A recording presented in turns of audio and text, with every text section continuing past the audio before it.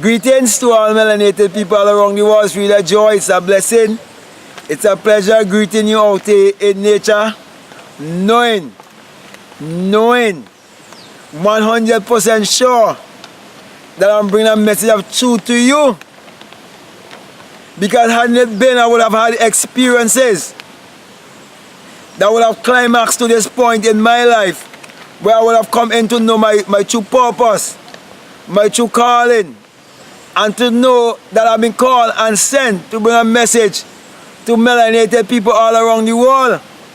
And I know for sure, if those would listen to me, if they would not just collect information alone and become doer of the word that is coming forth to them and not just a hearer, I know for sure that they will not be ashamed. I know for sure that they will come into their abundance. I know for sure that they will come into a place of prosperity. I know that they will discover the true identity. I know that they will discover that the Bible is their own biography. And that the Bible addresses the human mind and must be interpreted psychologically. Now my brother and my sister, I lay a little foundation here for you. Now I'm going to speak to you concerning the Ascension. Because you see, when you understand the Ascension, you will understand the new birth. And when you understand the new birth, you will understand the virgin birth. And when you understand the virgin birth, you understand the secret vagina. That's the reason why I have a lecture. And you can find a lecture on Amazon Prime, called The Secret Vagina. Because the vagina is just a portal. So there's a portal below and there's a portal above. As above, so below. As it is within, so is it without. So my brother and my sisters, in St. John chapter 3 is the greatest mystery that can never be known intellectually. It must be experienced. When one come into his Christ self or her Christ self, it doesn't matter. Because the virgin birth doesn't just equate to a woman. It's a man or a woman, because it has nothing to do with the vagina down here. Now you have to come to understand that God became man, that man may know that he is God. And that God descended into generation and must ascend into regeneration. So only him who have descended can ascend. And you can never come into this ascension and not knowing that you have experienced the new birth. So when you read in St. John chapter 3 of Nicodemus and the Christ, it is a symbol of an enlightened mindset. One will vibrate to a high level of frequency, or one will vibrate into the ninth power. Because there's no number higher than 9. 0, 1, 2, 3, 4, 5, 6, 7, 8, 9. A 10 is a 1 and a 0. 11 is a 1 and a 1. 12 is a 1 and a 2. 13 is a 1 and a 3. And when you reach 19, you start over again. Because there's no number higher than 9. So when you come to the ninth power, you come to the highest level of consciousness. And this highest level of consciousness is what is called Jesus Christ, or the Christ. And when you come to a higher level of consciousness and you discover the greatest mystery that can never be known intellectually, it must only be experienced, you will understand is it the experience of the rising of the sun. The S-U-N and a S-O-N. I'm speaking from experience, my brothers and sisters. That's the reason why I could have done the lecture called The Secret Vagina. Then you will understand that the S-U-N, the sun, is the light of the world. And without the sun, there is no life. And without the human imagination, there isn't anything made that was made. And that God in man is your own human imagination. And that the eternal body of man is the human imagination. Your human imagination is the eternal one. How do I know that? It was only until I exit my skull,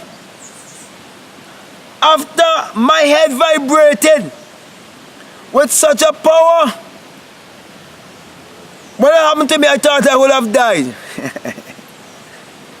When I ascended as a fiery being and heard the mighty rushing wind, that's how I come to know and to understand Acts 2, Pentecost. Coming into the place of a higher self, being in the upper room, the higher place of consciousness. So yes, when I speak about the Christ and Nicodemus, Nicodemus is the religious mindset, and Christ is the higher mind, the enlightened one. The mind has been enlightened. One would have had an awakened imagination. One would have experienced the rising of the sun and understand Genesis 1. That is all speaking about imagination and how to create your reality consciously. And when you create your reality and you see the thing manifest, you come into your Sabbath, you come into rest, because you no longer have the desire to create what you have already seen being manifested. So the creation story is not about the cosmos. It's about creating your reality. Thus Adam is not a man. They only change the word atom to Adam. That's why if you change the smallest particle, and before it was that, it had to first be a thought. And everything came from the invisible world to the visible world. That's why it says in the beginning, God said in St. John 1, because St. John 1 and Genesis 1 is the same thing. That's why it said that in the beginning was the Word, and the Word was with God, and the Word was God. The same was in the beginning with God. All things was made by Him, and without Him there isn't anything made that was made. He was in the world, and the world was made by Him, and the world knew Him not. That's when you do not know yourself. You do not know that your own human imagination is the creator. You do not know that you are the master and creator of your own destiny, and that you can create your reality consciously. And you're being a slave after money, when money was first imagined and money was first a thought. And you can create money consciously because you believe in the Creator in you. But you have to learn to interpret the Bible psychologically, because the Bible addresses the human mind and must be interpreted psychologically. The Bible is not literal, my brothers and sisters. Neither is it secular history. It is not literal. It's been written parabolically, symbolically. And you have to understand the language, or the mystical language. That's why I take mystics to bring this message of truth to you, and to show you that all is energy and vibration. That's the reason why I have to vibrate to come to my higher self. And I know as I sit here, I would not have been here sitting and bring this message to you had it been I had the experience. Because anyone who will listen to me, you will know I'm not an intellectual. I don't even know how to speak in the right grammatical way, if I can put it that way. That's why I know for sure not many who think they're educated could understand these simple things. Not many who believe that they're eloquent and they're brilliant can understand these simple things. Because I've come to understand that education was to brainwash you from depending on your own human imagination. Because the books have to be imagined. Everything concerning academic education had to come from your own human imagination.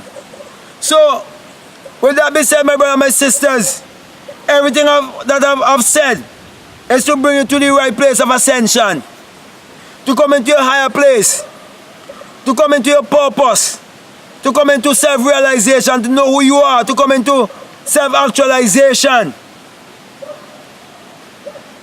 to come into your God self, your higher self, and to know that you can create your reality consciously by finding your field of diamond, by finding your gold mine, by learning to pray the right way, through meditation and desire first of all. So you have the desire, you close your eyes, which is closing the door. That's why what is this telling you in Matthew 6:6? To go into your closet, go into your secret place, your place of meditation, close your eye and see things through the eye of God. See things through your mind's eye, through the supernatural eye, through the eye of imagining. Psalms 4:4 also tells you, commune with your own heart upon your bed and be still. Don't speak to no God outside of yourself. Get out of idolatry and believe in the God in you. So my brother, my sister, I think I would have said enough. And I want to let you know that the ascension, the virgin birth, the born again experience, all of them is the same thing. And our first birth is where the water bag had to first burst and we come into the world of the physical. But the new birth, which is the spiritual birth, where we become one with the wind, because I would have experienced myself being one with the wind. It is a birth from above, and it can never be known intellectually. It must be experienced.